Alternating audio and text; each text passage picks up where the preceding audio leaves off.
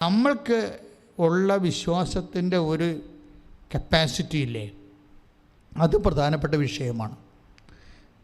അതായത് നമ്മൾക്കുള്ള വിശ്വാസത്തിൻ്റെ കപ്പാസിറ്റി എന്ന് പറയുന്നത്, ഇപ്പോൾ ഈ ചേച്ചിയുടെ കാര്യം തന്നെ എടുക്കുക.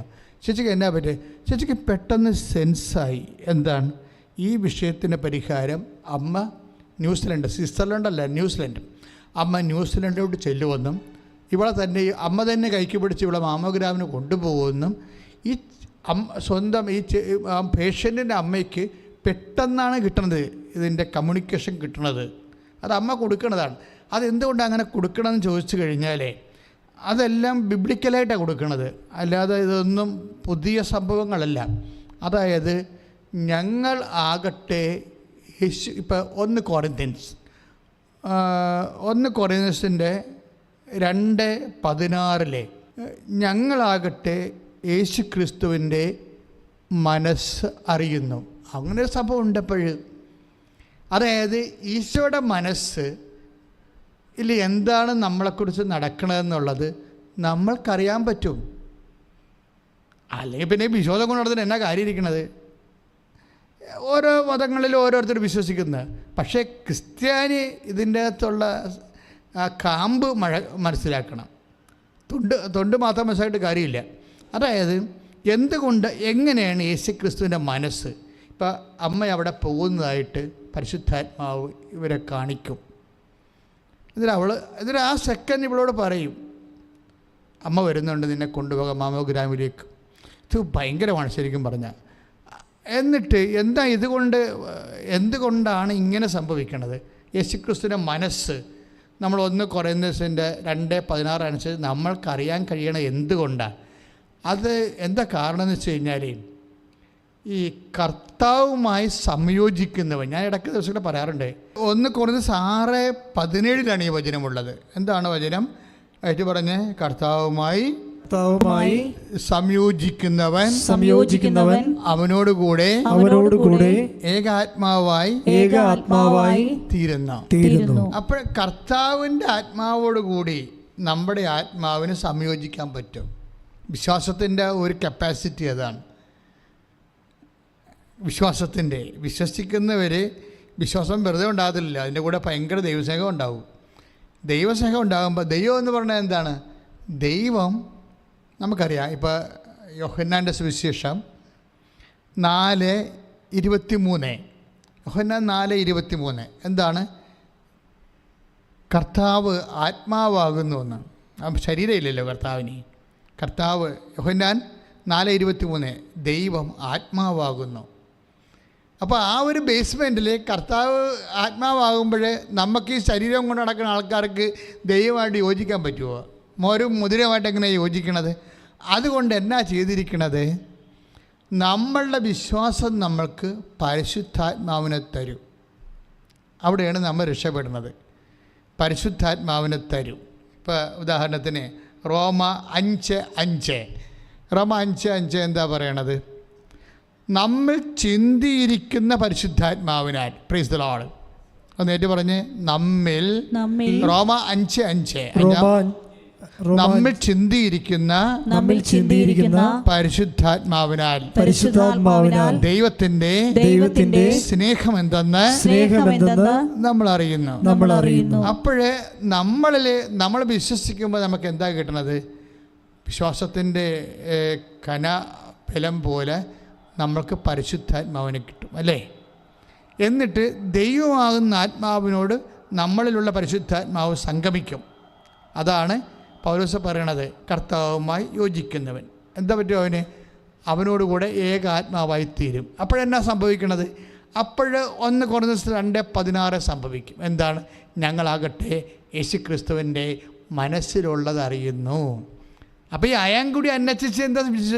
യേശുക്രിസ്തുവിൻ്റെ മനസ്സിൽ ഈ മകള്, ന്യൂസിലൻഡിലുള്ള മകള്, അവളുടെ ബെസ്റ്റിൻ്റെ ക്യാൻസറാണ്. അത് എന്താണ് അതിൻ്റെ പ്രതിവിധിയെന്ന് കർത്താവിൻ്റെ മനസ്സിലെ ഒരു കാര്യമുണ്ട്. അതാണ് നിന്നെക്കുറിച്ച് എനിക്കൊരു പദ്ധതി ഉണ്ടെന്ന് പറയത്തില്ലേ? നമ്മളുടെ പരിശുദ്ധാത്മാവിനെ ദുഃഖിപ്പിക്കാതെ കൊണ്ടുപോകണം. ആധ്യാത്മിക ജീവിതത്തിൻ്റെ ഏറ്റവും വലിയ വിജയം, അല്ലെങ്കിൽ ആധ്യാത്മിക ജീവിതത്തിൻ്റെ ഏറ്റവും വലിയ നമ്മൾ ശ്രദ്ധിക്കേണ്ട കാര്യം എന്താണ്? പരിശുദ്ധാത്മാവിനെ ദുഃഖിപ്പിക്കരുത്. പിന്നെ 1 തെസ്സലോനിക്കർ 5:19 എന്താ? പരിശുദ്ധാത്മാവിനെ നിർവീര്യമാക്കരുത്.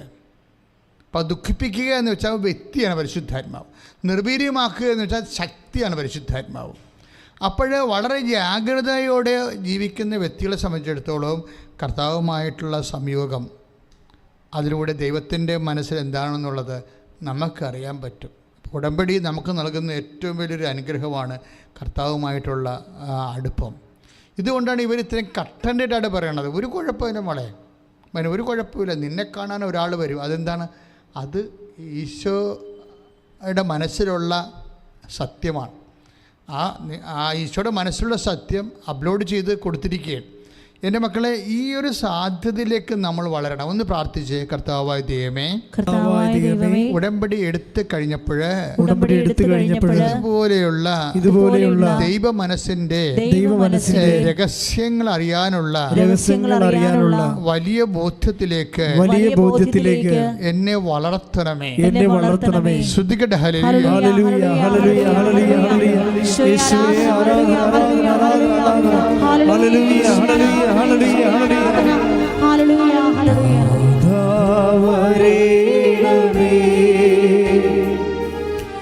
എന്നിൽ നിറയണമേ നാഥാ വരേണമേ,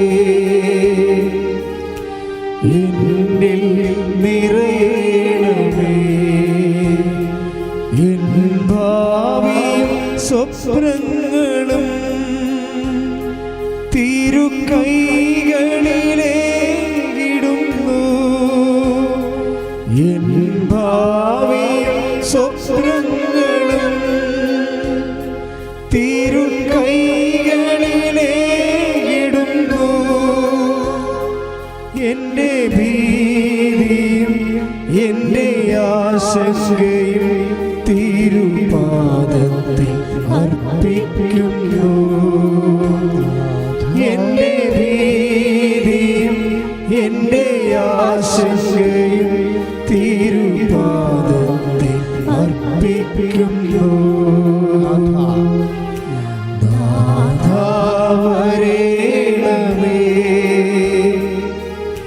നേർവഴി കാട്ടേണമേ. പരിശുദ്ധ പരമദിവ്യകാരുണ്യത്തിന് ആരാധനയും സ്തുതിയും പുകഴ്ചയും ഉണ്ടായിരിക്കട്ടെ. പരിശുദ്ധ പരമദിവ്യകാരുണ്യത്തിന് ആരാധനയും സ്തുതിയും പുകഴ്ചയും ഉണ്ടായിരിക്കട്ടെ. ചേച്ചി ഒരു കാര്യം കൂടി ചെയ്യും. അതായത് അന്ന തോമസ് ഒരു കാര്യം കൂടി ഇവർ ചെയ്യും. ഇവർ ചെയ്യേണ്ടത് ഉടമ്പടി തൈലം എടുത്തിട്ട് മകളുടെ ബ്രസ്റ്റാണെന്നും പറഞ്ഞ് സ്വന്തം ബ്രസ്റ്റിൽ കുരിശ് വരക്കും. അതാണ് വേറൊരു കാര്യം. ഇതെല്ലാം നിഗൂഢമായ രഹസ്യങ്ങളാണ്, ദൈവിക ആദ്യകാലം മുതൽ ഉള്ളതാണ്. ദൈവത്തോട് ഇങ്ങനെ ആൾക്കാർ അടുക്കുന്ന അനുസരിച്ചാണ് രഹസ്യങ്ങൾ വെളിപ്പെടുന്നത്. അല്ലെങ്കിൽ ചുമ്മാ ABCD ക്രിസ്ത്യാനിയായിട്ട് നടന്ന് കുറച്ച് കഴിയുമ്പോൾ മരിച്ചു പോകും. അപ്പോൾ നമ്മളെപ്പോഴും ശ്രദ്ധിക്കേണ്ട ഇതാണ്, കർത്താവ് നമ്മളോട് ഈ ലൂക്ക 5:5 പറഞ്ഞിട്ടില്ലേ, ആഴങ്ങളിലേക്ക് നീക്കി വലയിറക്കാൻ. ആധ്യാത്മികതയിലെ ഒരു ആഴങ്ങളാണ് ഉടമ്പടി എന്ന് പറയുന്നത്. അപ്പോൾ എപ്പോഴും നമ്മൾ ശ്രദ്ധിക്കേണ്ടത്, ഇവരെന്താ ചിന്തിക്കേണ്ടത്? ഇവർ സ്വന്തം ബ്രസ്റ്റ്, മാതാവിൻ്റെ മകളുടെ ബ്രസ്റ്റാണെന്ന് വിചാരിച്ചുകൊണ്ട് സ്വന്തം ബ്രസ്റ്റിൽ ക്യാൻസറുള്ള സ്ഥലത്ത് ഉടമ്പടി തൈലത്തിൽ കുരിശ് വരക്കും. കുരിശ് വരക്കുമ്പോൾ നമ്മൾ എന്താണ് എക്സാക്റ്റായിട്ട് നമ്മൾ ചെയ്യണത്? എന്താണ് കുരിശ് എന്ന് പറയുമ്പോൾ ആരാണ്? കർത്താവ്. അത് വരക്കുമ്പോൾ എന്താ ചെയ്യണത്? അതെല്ലാം വചനമാണ്. നമ്മൾ എന്തെല്ലാം ചെയ്താൽ നിങ്ങൾ ചെയ്യും, പക്ഷെ അത് എന്താണത്, എന്തുകൊണ്ടാണ് സംഭവിക്കണമെന്ന് അറിയത്തില്ല. അതെന്താ സംഭവിച്ചു കഴിഞ്ഞാൽ, ഇപ്പോൾ ഇവിടെ സിസ്റ്റം മാഞ്ഞു പോയില്ലേ, മാതാവിളെ കൊണ്ട് വേറെ ലാബോറട്ടറി കാണിച്ചിട്ട് ആ മാമോഗ്രാം ഇല്ലാതെ അവളെ റിലീവ് ചെയ്ത് പോയിട്ടില്ലേ. പക്ഷെ അതൊക്കെ ഇവിടെ ഈ അമ്മ ചെയ്യണത് എന്താണ്? സ്വന്തം മകളുടെ ബ്രസ്റ്റാണെന്ന് വിചാരിച്ചുകൊണ്ട് സ്വന്തം ബ്രസ്റ്റ് കുരിശ് വരക്കും. അതവിടെ എന്താ സംഭവിക്കണത്? കുരിശ് വരക്കുമ്പോൾ യേശുവിൻ്റെ നാമത്തിലല്ലേ കുരിശ് വരക്കണത്? കുരിശ് വരക്കണത് യേശുവിൻ്റെ നാമത്തിലാണ്. അപ്പോൾ യേശുവിൻ്റെ നാമത്തിൽ കുരിശ് വരക്കുമ്പോൾ അത് പ്രഖ്യാപനമായിട്ടാണ് വരണത്. അത് വർക്കൗട്ട് ചെയ്യുന്നത് പ്രഖ്യാപനമായിട്ടാണ്. എന്താണ് പ്രഖ്യാപനം? പ്രഖ്യാപനം എന്ന് പറയുന്നത് ക്യാൻസറല്ല കർത്താവ് എന്നുള്ളതാണ് പ്രഖ്യാപനം. പിന്നെ ആരാ കർത്താവ്? യേശുവാണ് കർത്താവ്. റോമ 10:9 വചനം. ഇപ്പം നമ്മൾ കുരിശ് വരയ്ക്കുമ്പോൾ അതിനകത്ത് ആക്ടിവേഷൻ പ്രിൻസിപ്പിൾ എന്താണെന്ന് അറിയണം. ഇപ്പം നമ്മൾ ഒരു പാരസിറ്റമോൾ കഴിച്ചു, നമ്മൾ സുഖപ്പെട്ടു, നമുക്ക് അതേ അറിയാൻ പാടുള്ളൂ. പക്ഷേ ഡോക്ടേഴ്സിന് അതിൻ്റെ മോളിക്യൂൾസ് അറിയാം. ഏത് മോളിക്യൂൾസാണ് ഇവിടെ പനിയെ മാറ്റണമെന്ന് അറിയാൻ പറ്റും. അതുപോലെ ടെക്നിക്കലായിട്ട് വചനം അറിയണം. ഇപ്പം അവരുടെ ബ്രസ്റ്റാണെന്ന് മകളുടെ ബ്രസ്റ്റാണെന്ന് വിചാരിച്ചുകൊണ്ട് സ്വന്തം ബ്രസ്റ്റിൽ കുരിശ് വരയ്ക്കുമ്പോൾ എന്താ പറയണത്? യേശുവാണ് കർത്താവ്, ക്യാൻസർ അല്ല കർത്താവ്. അതാ റോമ 10:9. യേശു കർത്താവാണെന്ന് അതിനം കൊണ്ടേറ്റ് പറയുക. പിന്നെ എന്താ അവർ പറയണത്? ഡോക്ടർമാർ പറഞ്ഞതല്ല വചനം, ദൈവത്തിൻ്റെതാണ് വചനം. കാര്യം നമ്മൾ സൃഷ്ടിക്കപ്പെട്ട ഡോക്ടർമാരുടെ വചനത്തിലൂടെ അല്ലല്ലോ, ദൈവവചനത്തിലൂടെയല്ലേ സൃഷ്ടിക്കപ്പെട്ടത്. അപ്പോൾ വിശ്വാസിയെ സംബന്ധിച്ചിടത്തോളം ടെക്നിക്കലായിട്ടാണ് കാര്യം പോണത്. എന്താണ്? ഡോക്ടർമാരുടെ വചനത്തിലൂടെ അല്ല നമ്മൾ സൃഷ്ടിക്കപ്പെട്ടത്, കർത്താവിൻ്റെ വചനത്തിലൂടെയാണ് നമ്മൾ സൃഷ്ടിക്കപ്പെട്ടത്. അപ്പോൾ അതുകൊണ്ട് തന്നെ ആ യേശുവാണ് കർത്താവ്, ക്യാൻസർ അല്ല കർത്താവ് എന്ന് പറഞ്ഞാണ് അപ്പോൾ നിങ്ങൾ ചോദിക്കും എന്തുകൊണ്ടാണ് വെച്ചാൽ ഈ അയാങ്കുടിയിലുള്ള ചേടത്തിയുടെ ബ്രസ്റ്റിൽ ഈശോയുടെ നാമത്തിൽ കുരിശ് വരയ്ക്കുമ്പോൾ ന്യൂസിലൻഡിലുള്ള മകൾ സുഖപ്പെടാൻ കാര്യം എന്താണെന്ന് വെച്ച് കഴിഞ്ഞാൽ അതിൻ്റെ കാരണം ഈ അകലം ഇങ്ങനെ അടുപ്പിക്കും. യേശുവിൻ്റെ നാമത്തിൻ്റെ ഒരു പ്രത്യേകത ഏതാണ്? യേശു നാമത്തിൻ്റെ ഇപ്പം അതായത് പറയണത് എഫേസ്യൻസാണ്. ശ്രുതിക്കട്ടെ മക്കളെ, ശ്രുതിക്കട്ടെ. യേശുവെ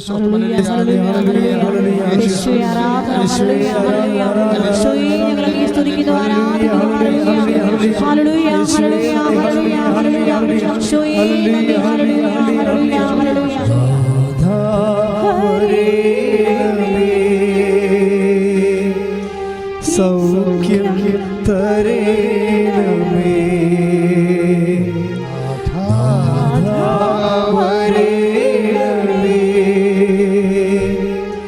സൗഖ്യം തരേണമേ.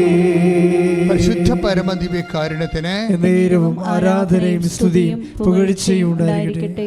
എഫേസ്യസ് 2:13 എന്താ പറയണം നമുക്ക് സാധിക്കും. എന്നാൽ എന്ന് പറഞ്ഞ് എന്നാൽ ഒരിക്കൽ വിദൂരസ്ഥരായിരുന്ന നിങ്ങൾ ഇപ്പോൾ യേശുക്രിസ്തുവിൽ അവന്റെ രക്തം വഴി സമീപസ്ഥരായിരിക്കുന്നു. അപ്പൊ എത്ര കിലോമീറ്റർ അകലെയുള്ള വിഷയമാണെങ്കിലും ശരി, യേശുക്രിസ്തുവിന്റെ വിശ്വാസത്തിൽ വിദൂരസ്ഥരെ സമീപസ്ഥരാക്കും. കാര്യം എന്താണ്? ന്യൂസിലൻഡിലുള്ള മകളെ അയാങ്കുടി കൊണ്ടുവരും. എങ്ങനെ കൊണ്ടുവരും? യേശുക്രിസ്തുവിലുള്ള വിശ്വാസം പ്രഖ്യാപിക്കുമ്പോൾ. അതാണ് പറയുന്നത്. യേശുക്രിസ്തുവിൽ രക്തം വഴി വെച്ചാൽ യേശുക്രിസ്തുവിൻ്റെ മരണം വഴി. ആ മരണത്തിലല്ലേ നമ്മൾ വിശ്വസിക്കുന്നത്? മരണമല്ലേ നമ്മൾ പ്രഖ്യാപിക്കുന്നത്? അല്ലേ? നമ്മുടെ വിശ്വാസത്തെ മഹാരഹസ്യം എന്താണ്? കർത്താവ് എങ്ങനെ മരണം ഞങ്ങൾ പ്രഖ്യാപിക്കുന്നു, പിന്നെ എന്ത് ചെയ്യുന്നു? ഉയർപ്പിൽ വിശ്വസിക്കുന്നു, പിന്നെ എന്ത് ചെയ്യുന്നു? വരവ് കാത്തിരിക്കുന്നു. അതാണ് സംഭവം. അപ്പം നമ്മൾ ജീവിക്കുന്ന ഈ ഭൂമിയിൽ അങ്ങനെയാണ്. എന്താണ്? യേശുവിൻ്റെ മരണം പ്രഖ്യാപിച്ചുകൊണ്ടാണ്. അപ്പോൾ ഇവിടെ വിശ്വാസം പ്രഖ്യാപിക്കുകയാണ്. അപ്പോഴെന്ത് ചെയ്തു?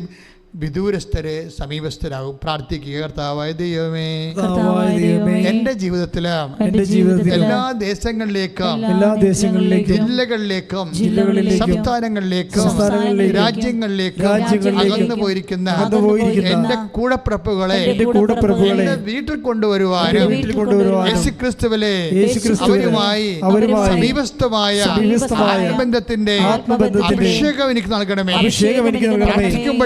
പ്രാർത്ഥിക്കുമ്പോഴേ അവർക്കെല്ലാം വേണ്ടി പ്രാർത്ഥിക്കുമ്പോഴേ അവരെനിക്ക് വേണ്ടി പ്രാർത്ഥിക്കുമ്പോഴേ ഞങ്ങൾ യേശുക്രിസ്തുവിൽ അടുപ്പം അനുഭവിക്കുവാൻ സ്ഥലകാലങ്ങളെ ജീവിക്കുന്ന ദൈവ ചൈതന്യമേ, യേശുക്രിസ്തുവേ ഇറങ്ങി വസിക്കണമേ. ശ്രദ്ധിക്കട്ടെ.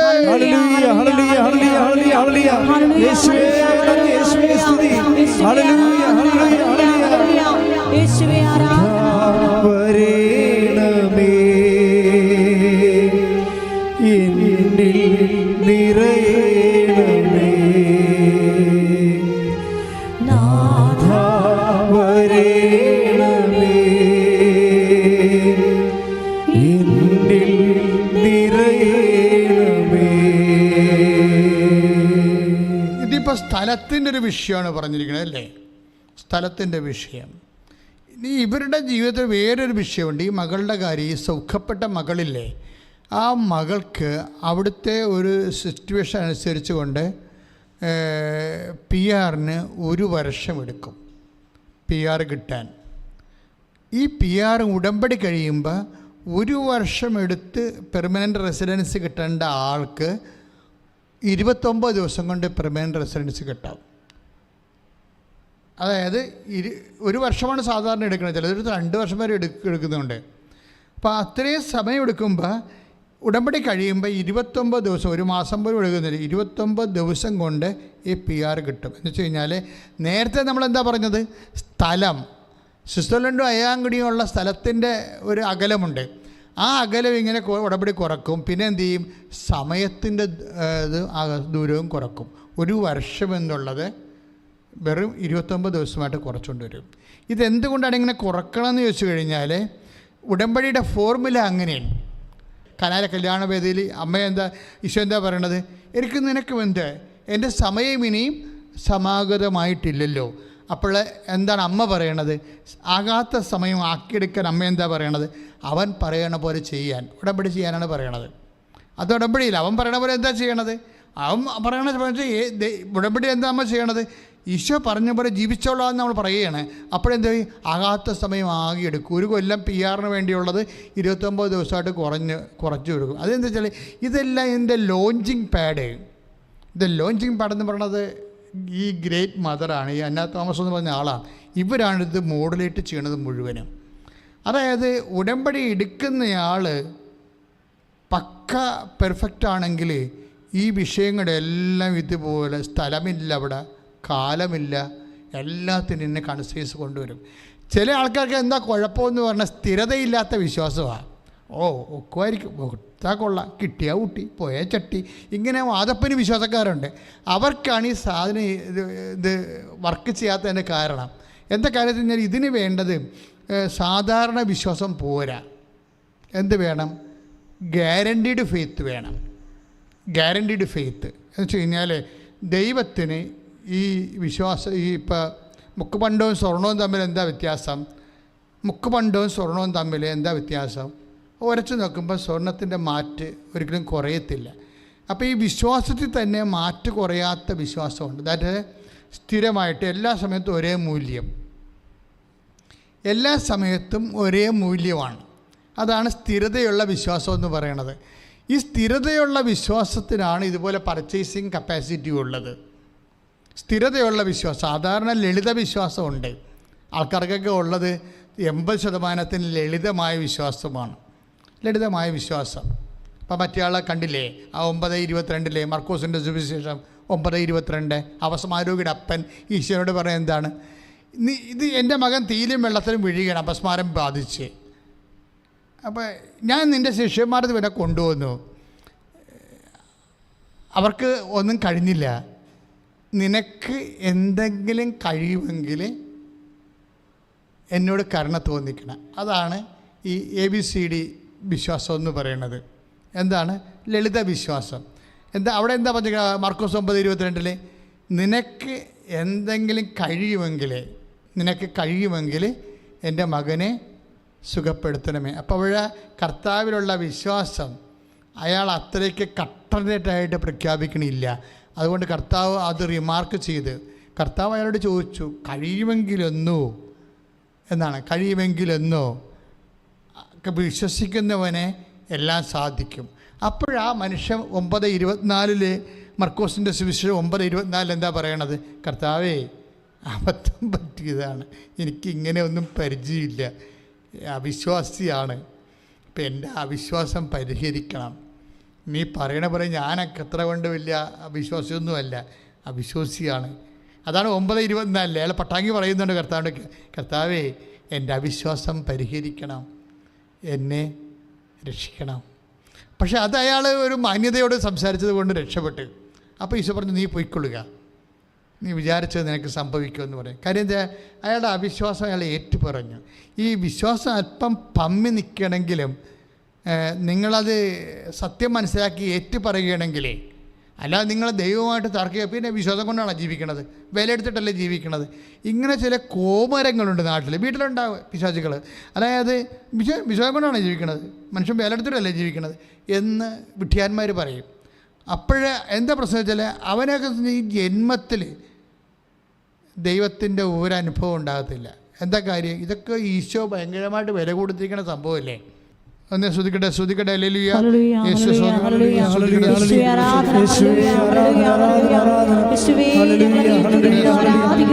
യേശുവേ സ്തുതി.